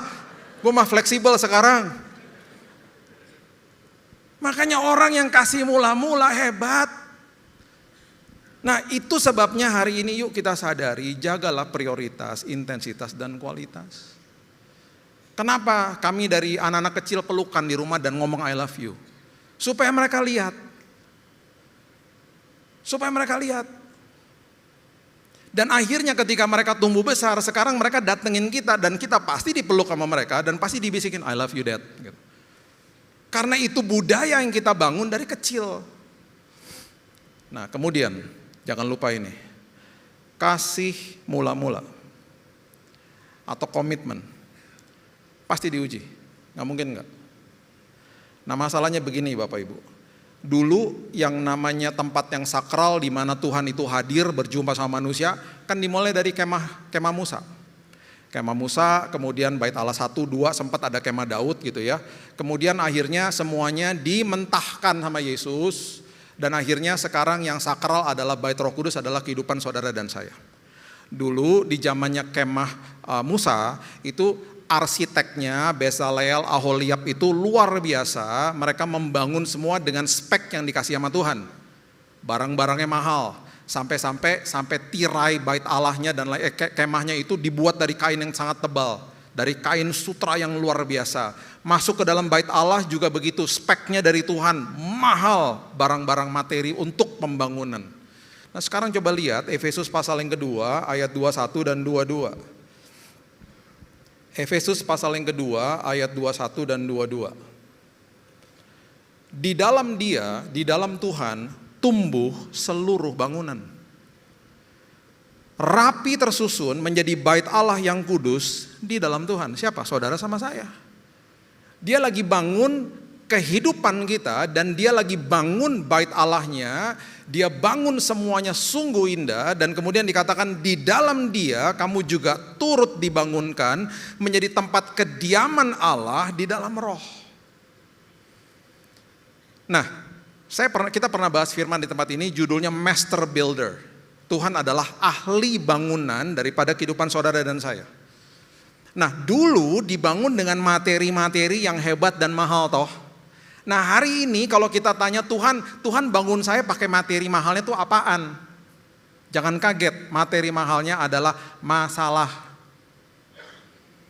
Jadi Tuhan gunakan masalah supaya tembok-tembok bait Allah yang ada di dalam hidup kita menjadi iman yang teguh, karakter yang teguh. Digunakan masalah. Jadi masalah bukan dari Tuhan, masalah datang diambil sama Tuhan, dia bilang tenang, saya yang bangun hidup kamu. Saya akan gunakan masalah ini dan saya akan jadikan sebuah materi yang mahal, ujungnya mendatangkan kebaikan buat kamu. Tenang aja, tenang aja. Jadi ketika kehidupan tinggal di dalam kasihnya, ketika ada masalah, ketika komitmen diuji, kita tenang. Kita tahu ini kesempatan, aku lagi dibangun sama Tuhan. Makanya selalu jadi kebiasaan saya dan selalu saya ingetin jemaat. Kalau ada masalah, doa yang pertama bukan masalahnya selesai. Doa pertama, Tuhan ubahkan saya. Tuhan jadikan saya menjadi rumah Tuhan, karena ini bait Roh Kudus yang makin kokoh di dalam Tuhan. Dengan membiarkan Tuhan yang bangun saya. Biarkan Tuhan menggunakan masalah itu membuat saya makin teguh. Itu artinya. Makanya Matius 7, 2 rumah toh. Yang satu didirikan di atas batu, satu didirikan di atas pasir. Nah, kita mana tahu yang didirikan di atas batu sama yang pasir yang mana kita nggak tahu. Kita taunya kapan? Ketika ada badai. Alkitab mengatakan hujan, banjir, angin. Tekanan dari atas, tekanan dari bawah, tekanan dari kanan kiri, depan belakang. Hujan, banjir, angin datang. Yang satu hancur kerusakannya berat, yang satu kokoh. Ketika ada badai, dunia bisa lihat, oh itu fondasinya luar biasa, yang ini enggak. Makanya ketika ada badai, kehidupan orang Kristen jadi berkat buat orang lain. Kok bisa ya? Kok bisa ya? Bukan kuat dan gagah saya, semua karena Tuhan kok gitu. Makanya materi yang paling mahal dalam proses pembangunan hidupmu adalah masalah. Jadi apapun yang terjadi, ingat Tuhan, masalah bisa terus ada, saya tapi bisa tenang di dalamnya. Contoh, Rainandi dulu waktu masih kecil suka tarik-tarik celana saya. Kalau kita ada di dalam sebuah lift yang penuh dengan orang. Dan selalu dia bilang gini, Dad, lift me up, gendong dong, gendong dong. Kita ada di lift yang paling belakang biasanya. Berkali-kali kejadian seperti itu. Sampai satu hari di Mall Kelapa Gading, saya nggak pernah lupa, dia tarik-tarik celana saya baru ingat, baru nyadar maksudnya. Iya ya, kita berdiri di paling belakang, pemandangan dia tuh nggak enak banget, karena dia kan pendeknya segini. Bayangin Bapak Ibu berdiri di lift paling belakang, pendeknya segini, pemandangannya nggak enak. Yang udah ketawa dapat pewahyuan, yang belum tanya, maksudnya apa sih? Kalau masih belum nggak ngerti juga, cari lift rame, berdiri di belakang, terus begini. Nggak enak lah. Di saat itu saya nggak pernah lupa, saya minta izin sama orang di depan, permisi ya mas, saya angkat anak saya. Waktu saya gendong di gendongan saya nggak pernah lupa mukanya begini. Lega. Kenapa dia lega? Karena pandangannya tiba-tiba sama seperti saya, setinggi ini. Pertanyaan berikutnya, masih rame nggak liftnya? Masih banyak orang. Tapi pandangannya segini. Makanya kalau ada masalah teriak gini sama Tuhan, gendong aku Tuhan. Supaya aku bisa lihat dari perspektifnya Tuhan. Tiba-tiba ada sukacita. Tiba-tiba ada damai sejahtera. Tiba-tiba ada hal yang luar biasa terjadi. Tiba-tiba kita tenang. Tiba-tiba jiwa kita segar. Masalahnya masih ada. Oh ya masih ada. Makanya ketika ada ujian ya, itu udahlah kesempatan ngalamin Tuhan lah udah. Saya udah gak mau termakan sama berita-berita di luar. Saya bentar lagi 60 tahun. Puji Tuhan gak kelihatan karena anak saya bilang puji Tuhan gak ada rambutnya. Jadi kalau ada rambut putih juga gak kelihatan. Jadi saya gak pernah ingat mau masuk ke dalam tahun yang baru ada berita baik, prediksi baik. Oh tahun depan akan luar, gak pernah saya dengar begitu. Dan makin kita kesini berita makin gak baik. Kenapa? Karena memang dunia penuh dengan ketidakpastian. Sadarilah itu. Gak usah komplain. Yang hebatnya kita nih anak, ahli waris, orang yang punya hak penuh bagi semua janji Tuhan, Roma 8 ayat 17. Ketika kita ada di dalam naungan sayapnya yang perkasa, harusnya kita tenang. Walaupun dunia gak ada kepastian, saya hidup di dalam Tuhan yang penuh dengan kepastian. Udah beres. Gak usah termakan lagi sama berita, aduh Pak gimana ya, menurut Bapak gimana ya, ekonomi makin jelek. Orang Sunda bilang, karena saya menikah sama orang dari Bandung ya, sebodoh tanging gitu. Biarin aja. Yang penting saya ada di dalam naungan sayapnya yang perkasa, udah beres. Akan selalu ada ujian. Saya mau kita semua ya di tempat ini, tidur nyenyak kalau malam. Kalau gak ngapain ikut Tuhan. Itu loh, sadarilah dia tuh maha pengasih, dia tuh Bapa yang baik buat kita. Jadi apapun masalah di luar, He is the master builder. Dia adalah pembangun yang luar biasa buat hidup saya. Udahlah. Saya tahun lalu mungkin saya pernah cerita di sini sedikit ya. Ini saya sambung lagi lah. Tahun lalu saya ke kota Wamena. Jadi gini. Mungkin Bapak Ibu banyak yang nggak tahu. Saya ini nggak mengembalakan gereja, saya ini bergerak di yayasan yang didirikan sama orang tua saya dari tahun 67. Dan ada satu divisi dari tahun 67, mereka tuh selalu bantu hamba Tuhan di daerah. Ya, divisi ini udah saya sama istri saya pegang udah 20 tahun. Jadi kami yang kelola divisi ini bantu hamba tiap bulan. Jadi saya ini pergi ke dusun, desa, kota kecamatan, kota kabupaten udah biasa. Nah kalau saya mengunjungi mereka di Pulau Jawa mah enak infrastrukturnya. Ada kereta, ada bus, ujung-ujungnya saya ke Gunung Kidul naik motor. Masih aspal lah ke atas. Kalau keluar pulau itu yang susah. Tobelo, apalagi itu, banyak lah kemarin tahun lalu ke Wamena gitu. Nah waktu ke sana dikenalin sama sebuah ministry pelayanan yang luar biasa namanya Mission Aviation Fellowship. yang ada di bumi Indonesia dari tahun 1952. Mereka adalah pelayanan yang menggunakan pesawat dan tujuan mereka adalah menghampiri tempat-tempat yang terisolasi untuk membawa bantuan medis, evakuasi medis, bantuan makanan, bahkan pernah ada babi yang sakit dibawa ke kota untuk dirawat. Karena banyak di sana yang best friend sama babi, saya juga best friend sama babi ya. Ada best friend sama babi di sini. Saya waktu habis selesai cancer, dokter saya bilang, Pak kalau di atas meja ada babi sama sapi, pilih babi karena babi lebih sehat, itu daging putih dan fatnya kolagen. Tangan saya terangkat, puji Tuhan, terima kasih Yesus. Apalagi dia bilang kaki babi itu sehat, aduh Tuhan makasih Yesus. Nah, saya diajak ke atas. Beberapa hari lalu, Bapak Ibu pasti udah dengar beritanya, ada salah satu organisasi juga yang melakukan seperti itu di sana, pilotnya dibunuh. Jadi banyak daerah tidak kondusif, kami berdoa sebelum berangkat. Pilotnya semua orang asing. Saat itu mau berangkat, di menit-menit terakhir dikatakan, sorry ibu gak bisa ikut, istri saya gak bisa ikut, karena di belakangnya udah barang udah penuh. Kita terbang ke atas. Nah gini, di sini kalau ada pilot pasti ngerti lah.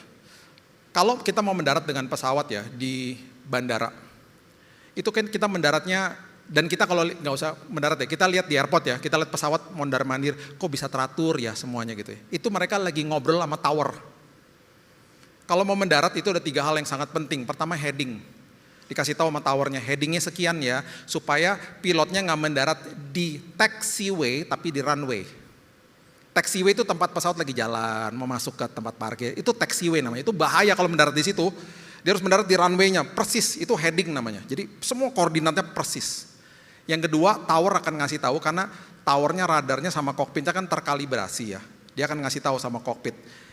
Hati-hati ya, maintain altitude. Ketinggiannya sekian ya, karena di atas sama di bawah lo tuh ada pesawat juga kan lalu lintas di atas. Diatur sama towernya. Yang ketiga, speed. Maintain speednya sekian, karena di depan sama di belakang juga ada pesawat. Antre ya mendaratnya gitu. Makanya teratur toh. Nah sekarang gini, kita mau mendarat di atas gunung, nggak ada tower.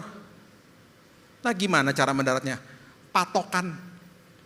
Ini pohon di sini, ya patokan lah kita mendarat. Ngeri. Dan sebelum mendarat muter-muterin dulu supaya ngasih tahu sama rakyat di bawah kalau mereka ada babi atau anjing dipelukin hewannya. Supaya waktu kita mendarat hewannya tidak lari ke landasan. Bisa ketabrak pesawat, pesawatnya rusak, kita bisa stuck di atas. Jadi mendaratnya di atas rumput sama kerikil-kerikil, ngeri lah di atas gunung. Terus sampai di sana dikasih tahu ternyata jarak dari dusun itu ke kota 3 minggu lewat hutan, jalan kaki, nggak ada infrastruktur. Saya kaget kok ada bangunan gereja di situ udah jadi, udah rapi. Mereka bilang memang fondasinya diambil dari batu kali, kayu-kayunya dari pohon-pohon, materi di atasnya yang lain sebagainya dibawa sama pesawat. Baik itu sengnya, pakunya dan lain sebagainya. Jadi membangunnya berkala. Gerejanya udah selesai, sekarang lagi bangun klinik. Sukunya lihat saya di situ. Pak Pendeta, puji Tuhan, Tuhan kirim Pak Pendeta ke sini karena memang kami nggak ada pendeta di sini. Saya dalam hati maksud loh. Jadi gini lah Pak Pendeta, bolehlah tinggal bersama kami di sini. Saya bilang saya masih punya karunia untuk mengunjungi saja, belum karunia untuk tinggal di situ. Kalau saya tinggal di sini, istri saya gimana di kota, ntar panik dia. Jadi kalau 1 hari saya tidak nongol lagi di PRJ, ada kemungkinan saya sudah di Papua ya. Belum punya karunia itu. Nah kemarin, beberapa bulan yang lalu saya bilang sama MAF, saya mau jadi ambasador kamu, kalau kamu mau saya akan lakukan itu sukarela. Gak usah bayar-bayar saya. I will do it voluntarily. Dan kita sign kontrak segala macam. Nah kemarin waktu mengunjungi anak saya bilang sama istri saya, yuk kita pergi ke markasnya MAF. Di state namanya Idaho. Kita ke sana. Dengan biaya sendiri, mereka juga kaget lihat kita datang. Saya bilang gini, saya malu. Sebagai orang Indonesia, kalian bantu Indonesia dari tahun 1952, sementara saya udah ngerti soal pelayanan ini dan saya gak mau bantu. Saya tergerak karena memang pelayanan saya untuk daerah-daerah kok. Dari dulu, yayasan kami udah dari tahun 67, saya bilang gitu. Udah kita datang ke sana, kita belajar. Saya bilang saya mau belajar sebanyak-banyaknya. Dan yang membuat saya makin terkejut adalah komitmen mereka yang luar biasa. Mereka bilang begini, kami bantu 12 negara Pak. Dan negara paling besar yang kami bantu nomor 1 proyek kami Indonesia. Dilihat dari mana jumlah pesawat paling banyak, staf terbanyak ada di Indonesia. 10 di Papua, 2 ada di Kalimantan. Sebentar lagi kami harus ganti 3 pesawat karena usianya sudah 25 tahun. Dan pesawat satu itu nggak murah, pesawat walaupun baling-baling harganya 30M. Dan mereka lakukan itu untuk bantu Indonesia. Saya buka pintu lobi. Di lobi MAF di kota Nampa, Idaho. Ada bangkai pesawat di situ. Saya tahu kisah tentang itu tapi belum detail tahunya. Saya ngobrol sama mereka, ini pesawatnya Nate Saint ya. Yang tahun 50-an dibunuh di Ekuador. Iya Pak, ceritain sama saya. Mereka udah berdiri 80 tahun, ministry pelayanan ini. Di tahun 50-an, 55 kalau salah, 56, pilot Nate Saint ini pergi ke Ekuador. Dia mau bantu tempat terisolasi di bawah. Dan dia udah dikasih tahu itu sukunya jahat di bawah. Dia mulai lemparin sembako ke bawah. Dan mereka mulai terima, mereka mulai waving hands gitu ya. Dia mulai rasa, ini kayaknya aman nih gue mendarat nih. Dia mendarat, dia bagikan akhirnya dengan deg-degan gitu pastinya. Singkat cerita Bapak Ibu. Suku ini ngasih tahu sama suku di dalam, ada cerita yang salah lah pokoknya. Singkat cerita, Nate Saint dibunuh di situ. Jenazahnya dibuang ke sungai, pesawatnya dibuang ke sungai. Pesawat yang saya lihat kemarin itu pesawat yang sudah diangkat dari sungai, dari Ekuador, ditaruh di depan lobi untuk kasih peringatan kepada mereka, kami tetap akan komit sama pelayanan kami. Apapun terjadi, kami tetap akan komit. Dan yang luar biasa hari ini, suku itu 80% sudah terima Yesus. Terima Yesus sudah. Dan yang betul-betul membuat saya makin terharu adalah mereka katakan, Pak, anaknya Nate Saint ini 2 dibaptis di sungai di mana bapaknya dibuang jenazahnya. Mereka pergi ke sana Pak, mereka dibaptis di situ bahkan. Bagi saya itu komitmen. Nah itu sebabnya, itu tandanya toh. Makanya setiap kali komitmen pasti ada tandanya. Dan tanda itu, tanda-tanda seperti begitu, itu yang memberikan kita harapan, memberikan kita jadi berkat bagi orang lain. Coba lihat ayat terakhirnya, Lukas pasal yang ke-24. Ayatnya yang ke-38 dan 39. Lukas 24 ayat 38 dan 39. Akan tetapi ia berkata kepada mereka, Yesus berkata, mengapa kamu terkejut dan apa sebabnya timbul keraguan-raguan di dalam hati kamu? Keraguan-raguan dijawab oleh tanda. Lihatlah tanganku dan kakiku, aku sendirilah ini, rabalah aku dan lihatlah karena hantu tidak ada daging dan tulangnya, seperti yang kamu lihat ada padaku. Keraguan-raguan dijawab oleh tanda. Ini tandanya. I stay on the cross. Saya tidak turun dari salib itu. Ini tandanya. Makanya setiap kali komitmen pasti ada tandanya. Orang yang komitmen main tenis, ketika kita diajak ngadu main tenis sama dia, lihat aja tangannya. Kalau nggak besar sebelah dia nggak komitmen. Kalau tangannya forearmsnya besar sebelah itu dia komitmen main tenis. Karena semua komitmen pasti ada tandanya. Nah orang yang komitmen sama Tuhan, ada tandanya. Kita udah bahas tadi di awal. Orang yang tinggal dalam kasihnya, komit tinggal dalam kasihnya. Pertama kali, buah yang pertama, tanda yang pertama apa? Sukacita. Sukacita. Saya tutup ya sama kisah ini. Kemarin sebelum saya pulang, anak saya ngisengin saya, dia bilang gini, Dedi kita tiktokan yuk gitu. Aduh. Makanya kalau yang lihat Instagram saya agak malu juga dan itu dipaksa sama dia. Tiktokan apaan? Setinggi-tingginya langit, sedalam-dalamnya lautan, lebih besar kasih Yesusku. Masalahnya nih tiktokan bukan di dalam rumah, bukan di dalam apartemen, di tempat umum Bapak Ibu. Jadi saya bilang, Kak ini rame banget orang Kak. Udahlah Dad, bentar lagi kita ke airport, Dedi harus pulang. Udahlah sekali aja tiktokan di sini. I cannot dance, saya nggak bisa dance. Udahlah terserah Dedi mau dance seperti apa. Jadi saya diketawain sama istri saya sama beberapa teman-teman gereja di situ. Ya udah kita tiktokan di situ, di tempat umum orang seliweran di situ. Saya dalam hati ya udahlah, membuat hati ya senang. Dia ketawa-ketawa. Selagi kita lagi tiktokan, di beberapa ratus meter di depan saya, ada satu keluarga lewat, orang Amerika. Dan satu ibunya nyamperin kami. Dan dia bilang gini, ini kalimat pertamanya, I see joy in your face. Saya lihat sukacita di muka kalian. Bolehkah saya ikutan dancing? Bolehlah, silahkan. Saya bilang saya nggak ngerti dancing. Nggak apa-apa, saya juga dance aja sesuai sama gaya saya. Jadi kita dancing 3 berbeda. Oke? Terus ini yang dia bilang sama saya. Saya lihat kalian dari jauh. Saya tertarik lihat muka-muka kalian karena ada sukacita yang saya lihat itu, the joy, saya lihat joy ya. Karena hati saya empty, kosong.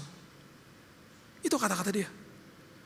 Jadi bolehkah saya share the joy, saya mengalami sukacita sama kalian walaupun cuma sebentar? Ya bolehlah, silakan. Dia dancing-dancing sama kita dan lain sebagainya. Dan untung itu lagu gereja, jadi saya punya kesempatan menginjil ke dia. Saya bilang, kamu tahu nggak ini lagu Indonesia? Are you from Indonesia? Yeah, I've been to Bali. Oh bagus. Saya bilang, ini kamu mau tahu nggak artinya? Setinggi-tingginya langit, sedalam-dalamnya lautan, kasih Yesus lebih dari segalanya. Terima kasih Tuhan buat hidupmu. Dia tahan nangis dan akhirnya dia nangis di situ. Terima kasih, terima kasih, terima kasih, dia bilang gitu. Dan akhirnya dia pergi. Saya lihat-lihat sama anak saya. Wow, kok bisa ya orang lihat sukacita. Saya teringat sama ayat tadi. Kalau tinggal dalam kasih-Mu, sukacitaku menjadi penuh dalam hidupmu. Dan itu jadi tanda untuk menjawab keraguan-raguan di dalam dunia. Pada akhirnya anak saya bilang gini, makanya kalau ajak tiktokan iya aja. Ya iyalah, kalau lagu gereja sih oke aja lah. Kita gak pernah tahu. Kalau kita komit sama Tuhan, kita jadi berkat buat orang lain. Ada tanda yang terpancar. Gak usah pakai usaha. Kita gak pakai usaha untuk menginjil. Orang datang, mau tahu siapa Yesus. Saya berdoa bagi mereka. Saya bilang, Tuhan, sebelum kita pulang kita berdoa di situ. Ada teman-teman dari gereja, kita doain dia. Tuhan jamah ibu itu. Gak kebetulan kami ketemuan. Saya percaya kasih Tuhan melanda dia. Dia bilang, I'm so empty. Saya kosong hidup saya. Tapi dia lihat kasih Yesus dalam hidup orang-orang yang komitmen sama Tuhan. Amin. Berikan tepuk tangan kita untuk Tuhan kita. Haleluya. Bapak yang baik, terima kasih buat hari ini. Mengucap syukur buat firman Tuhan. Kami percaya hari ini kami belajar Tuhan, bahwa komitmen di dalam Tuhan itu bukan karena kami paksa diri kami, tapi karena kami terlebih dahulu tinggal di dalam kasih Tuhan. Dan biarlah kasih itu melanda hidup kami. Dan yang kami lakukan dan kami berikan kepada Tuhan itu mengalir karena ada kasih Tuhan di dalam kami. Biarlah komitmen kami itu tanpa syarat. Apapun yang terjadi Tuhan baik, Tuhan dahsyat, Tuhan tahu segalanya. Kami mau belajar jaga kasih mula-mula kami ya Tuhan. Dan kami tahu dan kami sadar komitmen kami pasti diuji. Dan kami sadar ketika komitmen kami diuji, kami sedang dibangun sama Tuhan. Menjadi sebuah bangunan bait Allah yang luar biasa. Dan pada akhirnya kami sadar bahwa komitmen kami akan menghasilkan tanda Tuhan. Di mana tanda itu akan menjawab keraguan-raguan dalam hidup kami. Terima kasih Bapak yang baik. Meteraikan firman ini karena kami juga sudah dimeteraikan sama Roh Kudus. Terima kasih Tuhan. Hanya di dalam nama Tuhan Yesus kami berdoa. Kita sama-sama katakan amin. Tuhan memberkati. Argentina 2, Swiss 1. 2-1, oke. Belum habis waktunya. Baik, puji nama Tuhan. Kita akan menutup ibadah pada hari saudara. Saya undang sama-sama kita bangkit berdiri untuk menerima doa berkat dari Tuhan. Terima kasih Tuhan untuk hari ini Tuhan.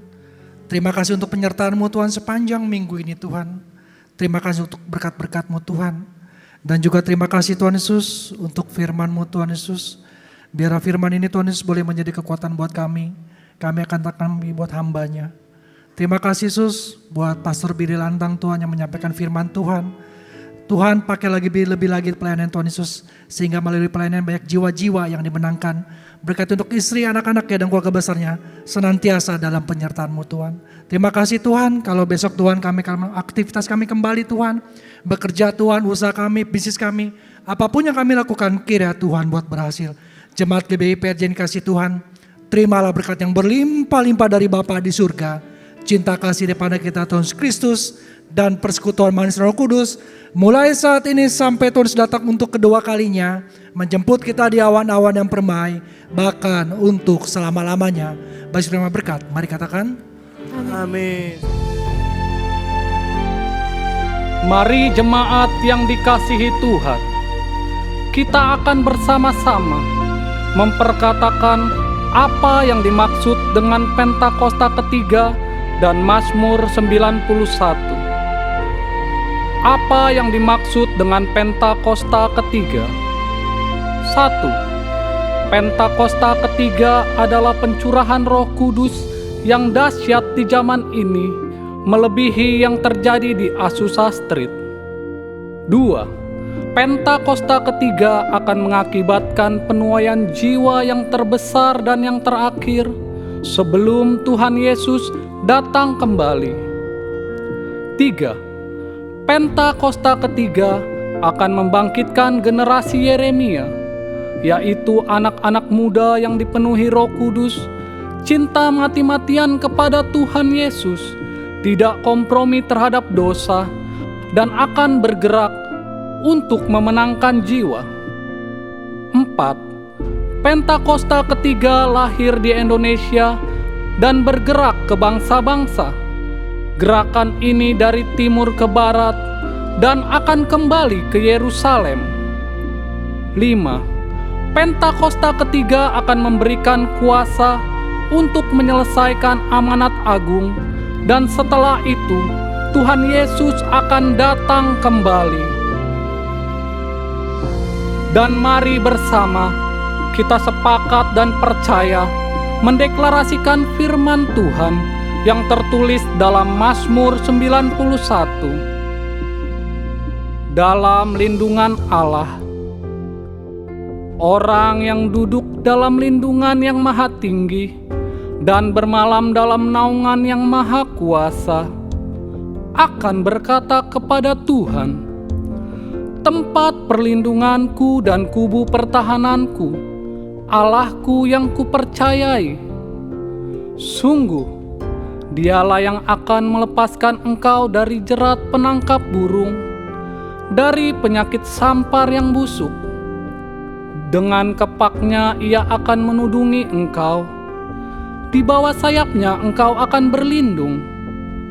Kesetiaannya ialah perisai dan pagar tembok. Engkau tak usah takut terhadap kedahsyatan malam, terhadap panah yang terbang di waktu siang, terhadap penyakit sampar yang berjalan di dalam gelap, terhadap penyakit menular yang mengamuk di waktu petang. Walau 1000 orang rebah di sisimu dan 10.000 di sebelah kananmu, tetapi itu tidak akan menimpamu. Engkau hanya menontonnya dengan matamu sendiri dan melihat pembalasan terhadap orang-orang fasik. Sebab Tuhan ialah tempat perlindunganmu, yang maha tinggi telah kau buat tempat perteduhanmu. Malapetaka tidak akan menimpa kamu, dan tulah tidak akan mendekat kepada kemahmu. Sebab malaikat-malaikatnya akan diperintahkannya kepadamu untuk menjaga engkau di segala jalanmu. Mereka akan menatang engkau di atas tangannya, supaya kakimu jangan terantuk kepada batu. Singa dan ular tedung akan kau langkahi. Engkau akan menginjak anak singa dan ular naga. Sungguh, hatinya melekat kepadaku, maka aku akan meluputkannya. Aku akan membentenginya, sebab ia mengenal namaku. Bila ia berseru kepadaku, aku akan menjawab. Aku akan menyertai dia dalam kesesakan. Aku akan meluputkannya dan memuliakannya. Dengan panjang umur akan kukenyangkan dia, dan akan kuperlihatkan kepadanya keselamatan daripadaku. Haleluya! Amin. Shalom saudara. Saudara pastinya tidak asing dengan kata unity atau kesatuan hati. Gereja kita selalu menggaungkan kesatuan hati sebagai nilai yang penting. Dalam Voice of Pentecost kali ini, kita akan membahas bagaimana Pentakosta menghadirkan kesatuan. Doa Tuhan Yesus untuk murid-muridnya sebelum diserahkan untuk disalibkan dalam Yohanes 17 ayat 1 sampai 26 khususnya pada ayat 20 sampai 23 menekankan bahwa Yesus ingin mereka tetap menjadi satu sesudah ia kelak naik ke surga. Tuhan tahu disunity merupakan tantangan yang akan dihadapi para murid. Perpecahan dapat terjadi karena perbedaan pandangan, latar belakang, suku, dan pekerjaan. Alkitab juga mencatat, murid-murid pernah memiliki perbedaan pandangan, bahkan ketika mereka masih bersama Yesus secara fisik. Maka tidaklah heran doa Tuhan Yesus sebelum penyerahan dirinya memiliki pesan unity. Dalam Yohanes 13 sampai 16, banyak pesan unity yang Yesus ajarkan dan janjinya atas pencurahan Roh Kudus. Ia juga memerintahkan muridnya untuk saling mengasihi dan melayani. Namun, semua ini dapat terjadi dengan tuntunan Roh Kudus. Tanpanya, unity di antara mereka dan generasi penerusnya tidak akan terjadi dengan mulus. Inilah mengapa Yesus mengajarkan tentang Roh Kudus dan perannya atas gereja. Roh Kudus adalah Allah dan menjadi sentral bagi murid-murid dan gerejanya untuk melakukan ajaran Yesus serta mewujudkan kerinduan hati Yesus akan kesatuan. Setelah kebangkitannya, Yesus mengingatkan para murid untuk menantikan Roh Kudus. Ia memerintahkan mereka untuk tinggal di Yerusalem dan dibaptis dengan Roh Kudus. Setelah menerima kuasa Roh Kudus, mereka akan menjadi saksinya di Yerusalem, seluruh Yudea, Samaria, dan sampai ke ujung bumi. Saudara, pencurahan Roh Kudus bukan saja memperlengkapi para murid, tetapi juga memampukan mereka untuk hidup dalam kesatuan. Kisah Para Rasul mencatat, setiap kali Roh Kudus dicurahkan, terjadi unity atau kesatuan. Mari kita perhatikan beberapa peristiwa tersebut. Yang pertama, pada hari Pentakosta, mereka yang menantikan pencurahan Roh Kudus mendapatkan baptisan Roh Kudus dan tanda awal berbahasa roh seperti tertulis di Kisah Para Rasul 2 ayat 1 sampai 4. Pandangan orang yang melihat peristiwa tersebut pastinya berbeda-beda. Namun, setelah Petrus menjelaskan ini adalah nubuatan Yoel yang digenapi, Roh Kudus bergerak di antara pendengarnya. Lalu, ribuan orang dari berbagai tempat dan bahasa bertobat, memberi diri dibaptis, dan bersatu. Yang kedua, Roh Kudus menuntun gereja untuk menunjuk 7 orang atas pelayanan jemaat. Mereka banyak melayani di luar tanggung jawab awal yang dipercayakan, bahkan kepada orang dan tempat yang sebelumnya tidak terpikirkan, seperti pelayanan Filipus di Samaria dan kepada sida-sida Ethiopia. Yang ketiga, Cornelius, seorang perwira pasukan Italia, menerima baptisan Roh Kudus dengan tanda awal berbahasa roh saat dilayani Petrus seperti tertulis di Kisah Para Rasul 10 yang menunjukkan anugerah Allah tercurah atas semua orang, sehingga tidak ada alasan bagi orang Yahudi Kristen dan Gentiles Kristen untuk tidak bersatu. Yang keempat, ketika terjadi perdebatan mengenai sunat di antara jemaat dan pemimpin gereja, diadakanlah sidang di Yerusalem.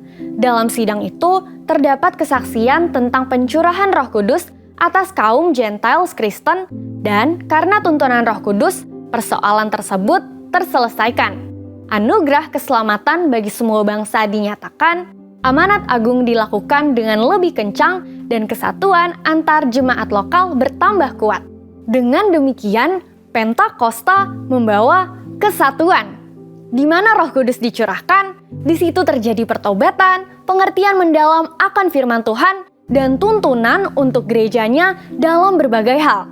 Paulus juga mengingatkan agar umat Tuhan tidak terfragmentasi seperti pandangan dunia, namun hidup sebagai satu kesatuan dalam Kristus. Sesuai Galatia 3 ayat 26-27. Sebab kamu semua adalah anak-anak Allah karena iman di dalam Yesus Kristus. Sebab kamu semua yang dibaptis dalam Kristus telah mengenakan Kristus. Dalam hal ini tidak ada orang Yahudi atau orang Yunani, tidak ada hamba atau orang merdeka, tidak ada laki-laki atau perempuan, karena kamu semua adalah satu di dalam Kristus Yesus.